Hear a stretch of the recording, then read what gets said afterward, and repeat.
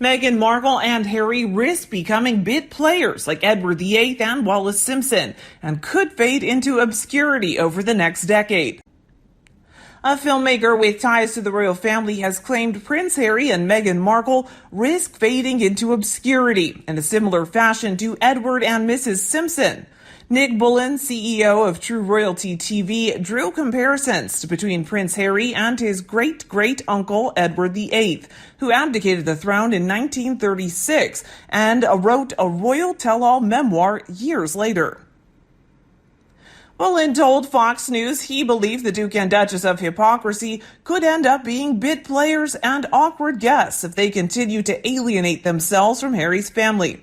He said, "Remember that Edward VIII was the King of England, making his abdication from the throne significantly more important than a second-born prince leaving his minor and relatively inconsequential post." Although it seems at first they are similar, in reality they are not similar at all. Edward's departure was far more momentous due to the fact that he was the King of England. Simpson was the woman for whom the king left his throne. Markle is the woman for whom a second-born prince, never to be king, moved to California. The decision of the latter to leave is not nearly as important as they would like it to appear when viewed in the larger frame of history, and does not have the same effect on the future of the monarchy. Harry is irrelevant, not essential, and he should fade into obscurity after the stink he's made about nothing. He said the fact that Edward and Wallis Simpson fell out of favor offered a stark warning to Harry and Meghan. It may seem far from now, but it will happen. What will happen to Harry and Meghan 10 years from now? Will they be the same stars they are now? Some historians have suggested that this is unlikely, he said. He added the biggest lesson from his documentary was that Edward and Wallis faded into obscurity, eventually turning into bit players and awkward guests at dinner parties in New York. And while Prince Harry and Meghan Markle are high-value commodities in the showbiz world now, the filmmaker suggested that it might not always be the case.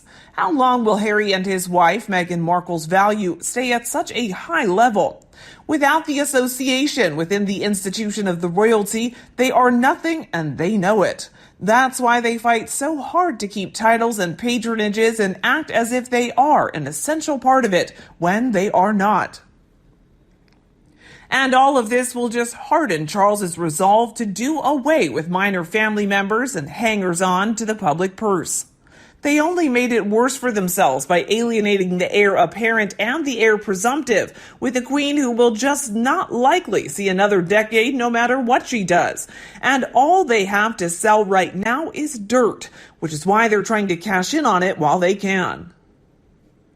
The filmmaker also slammed Harry's new memoir and blamed for Meghan and said, "I don't get them at all. Are they just stupid? They've said about 3 times over that they will have their say and be done.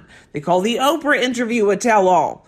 But now they're penning a bombshell book? They're contradicting themselves. It sounds like a money-making hit made up in order to stay in the headlines. They're getting dead boring and seem to be delusional."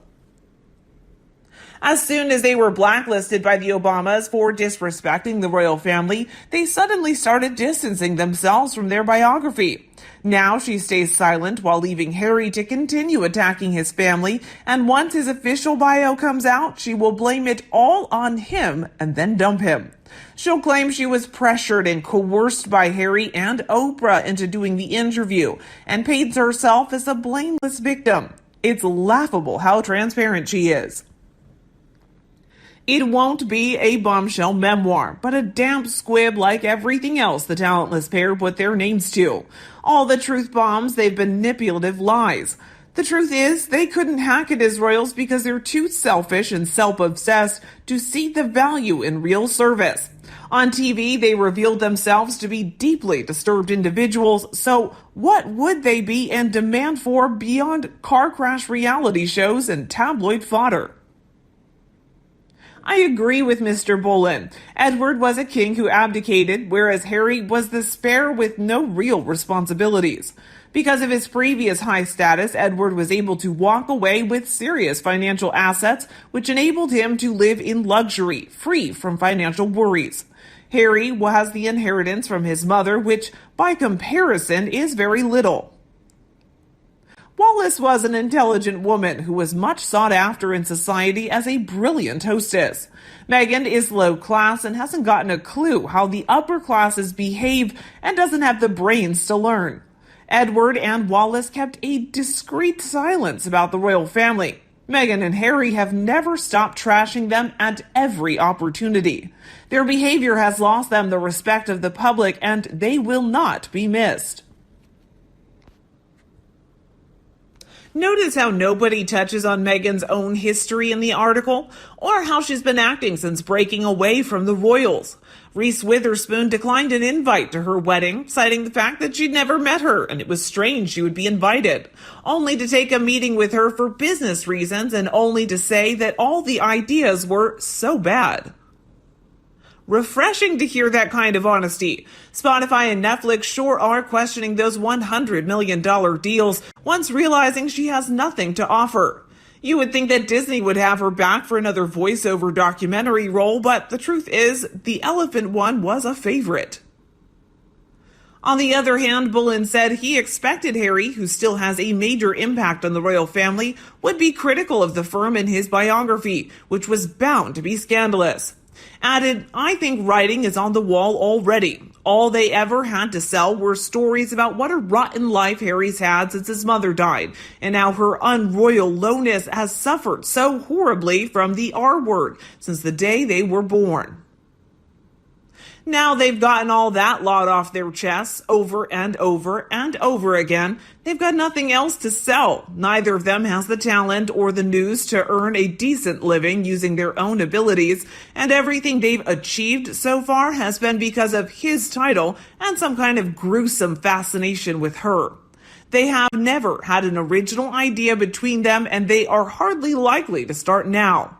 The pair of them are a busted flush who only ever achieved a certain level of notoriety through the curiosity of the public, not because they were anything special. Think about it. What do Harry and Meghan actually have to offer? All they have is their connection to the royal family, which they are selling to the point of oversaturation. Once they run out of stories, accusations, and other tales, they have nothing left. While Meghan wants them to be the ultimate power couple like the Obamas, Harry isn't the sharpest knife in the drawer, and Meghan is a B-list actress with delusions of grandeur. I believe that. Harry was liked because he seemed happy, friendly, and good-natured.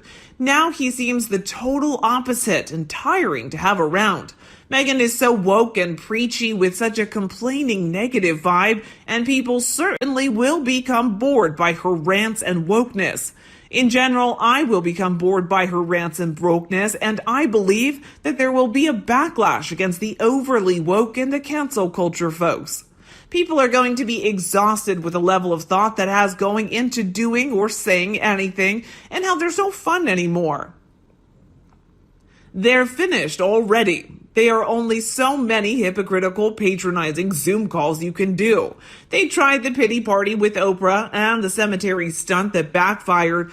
All they have left is a tawdry book from him and a load of garbage on Netflix. They couldn't even produce more than one rubbish podcast.